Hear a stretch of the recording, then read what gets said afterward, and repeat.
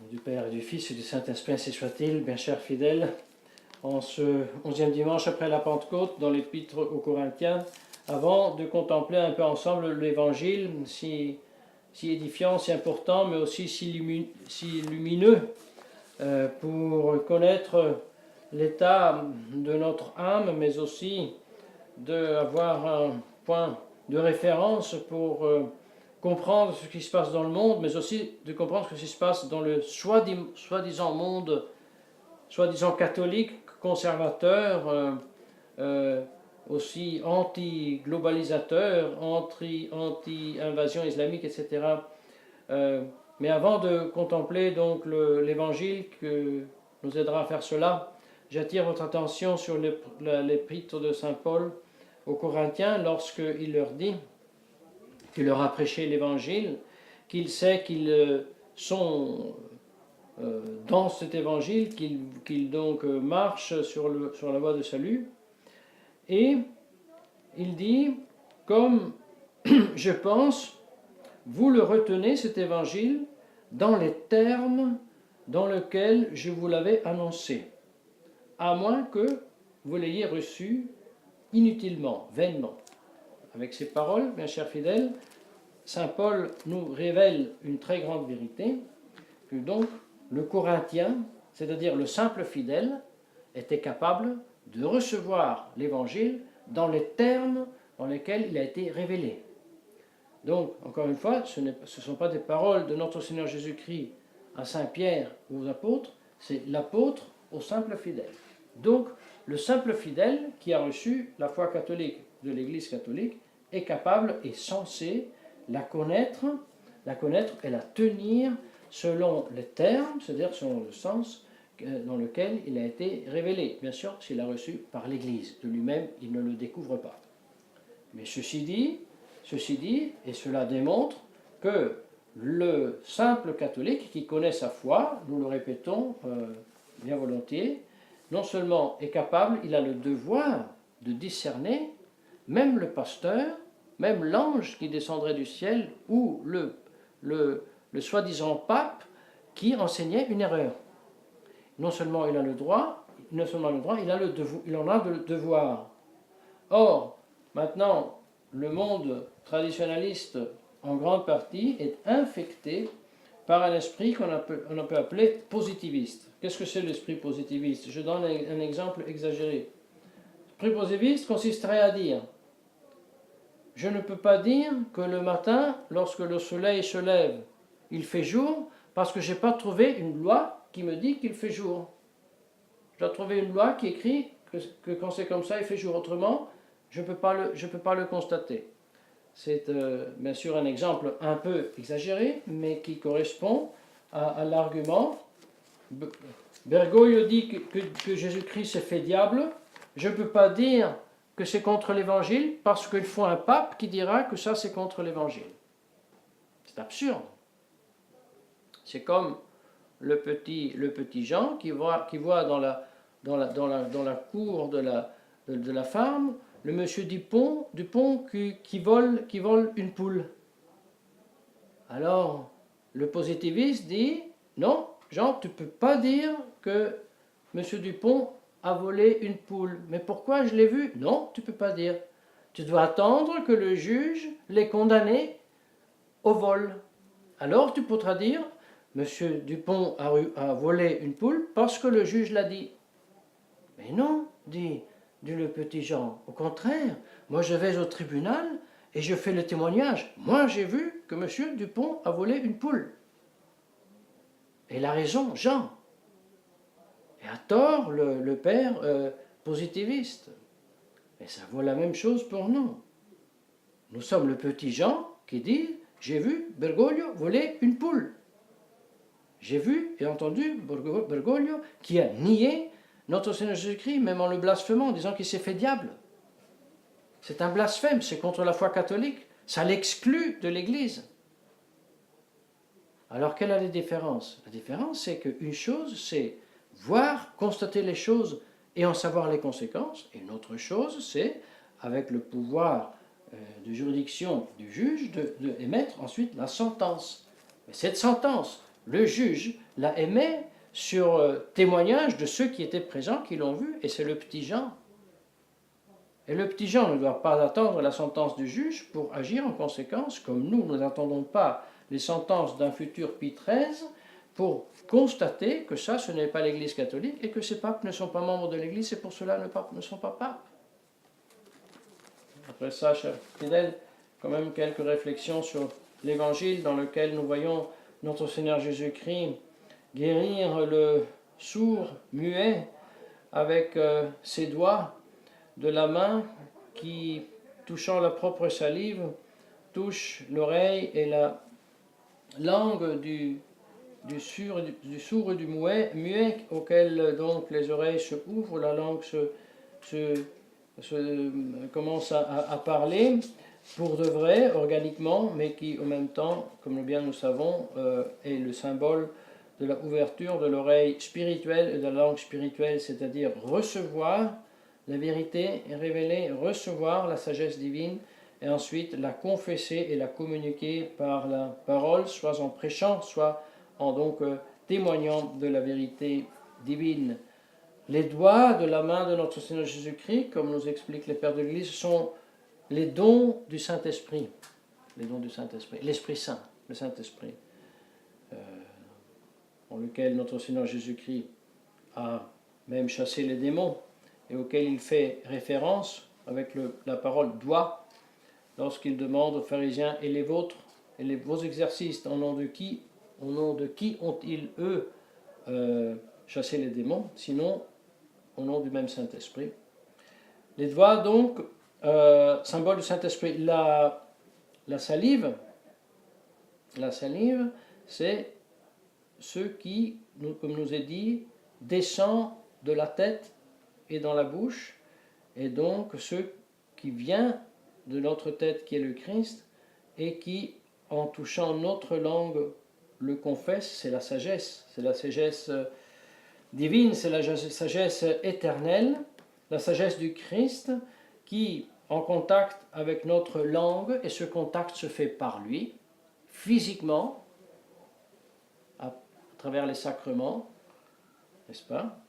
Baptême, mais aussi confirmation, donc nous fait recevoir ces dons du Saint-Esprit. Et ensuite, très important, notre Seigneur Jésus-Christ gémit pour nous enseigner, non parce qu'il en aurait besoin, pour nous enseigner que pour pouvoir ensuite avoir les oreilles ouvertes à la sagesse éternelle et pour la confesser, il faut gémer.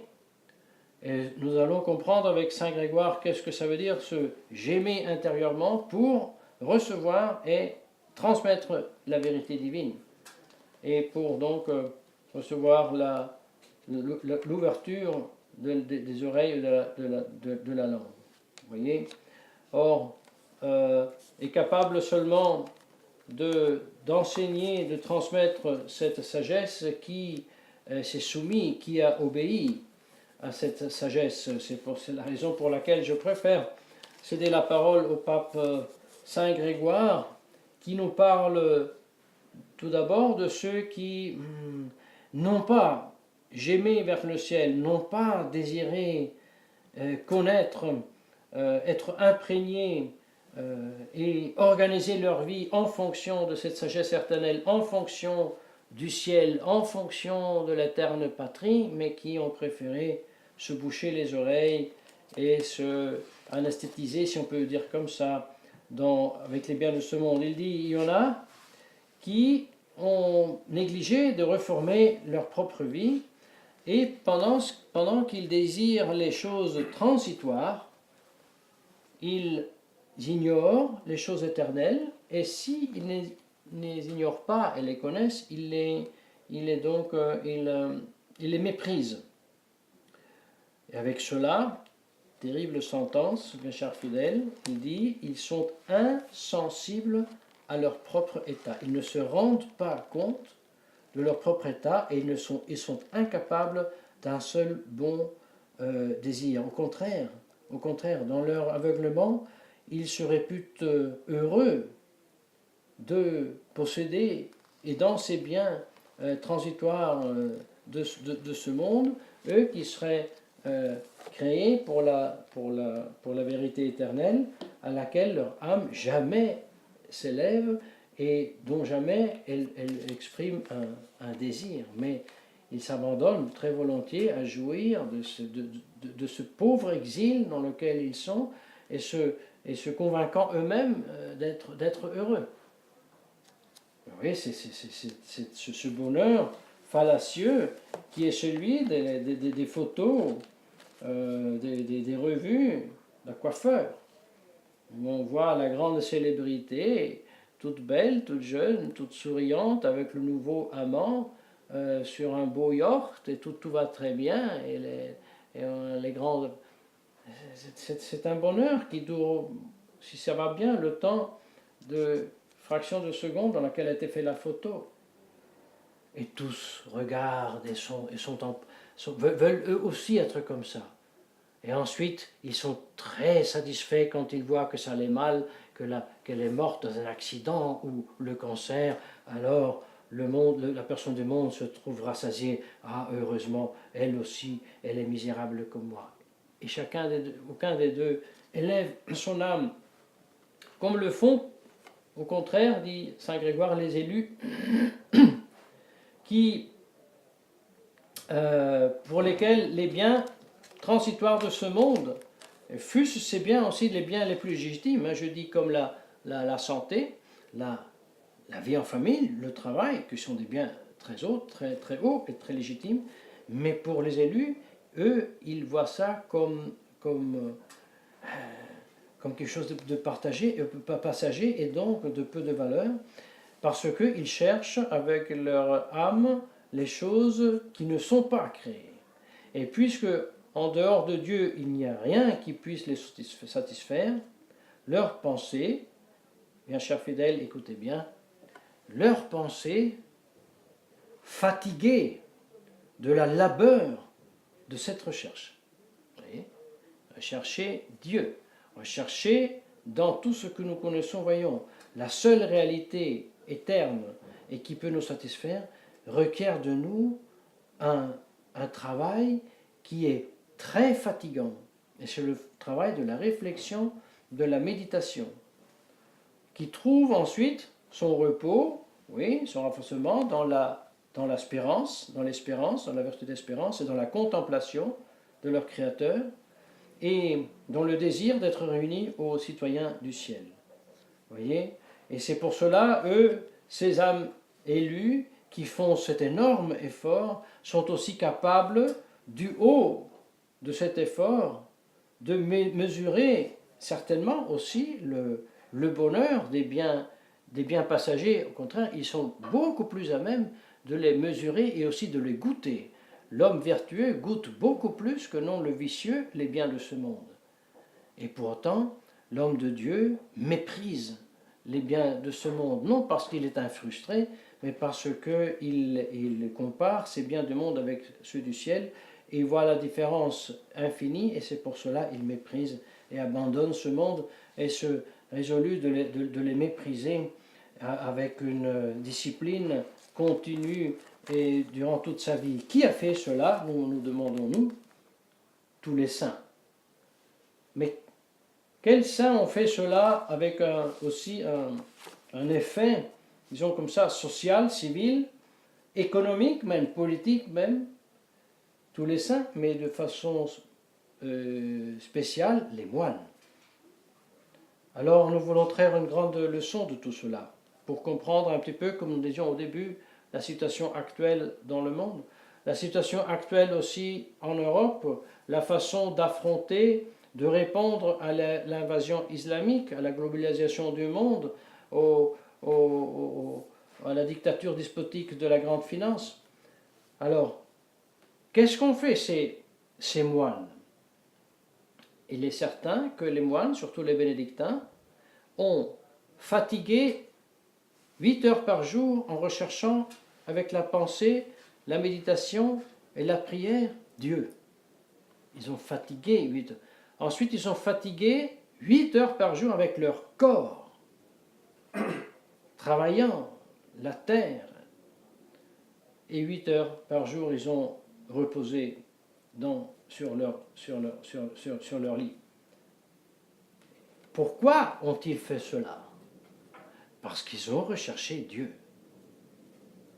Quel était un effet de redondance secondaire de toute cette recherche?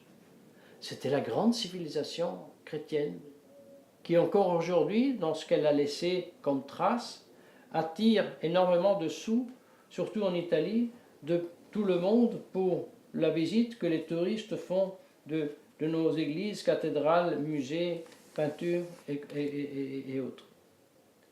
Eh bien, maintenant, mesurez la folie, la vraie folie de qui? Non pas de Soros et de Brzezinski et de cela. La folie des soi-disant conservateurs, la folie des soi-disant opposants à l'invasion islamique, à la dictature de la grande finance. Qu'est-ce qu'ils font? Ils font exactement ce que Saint Grégoire dit être insensé.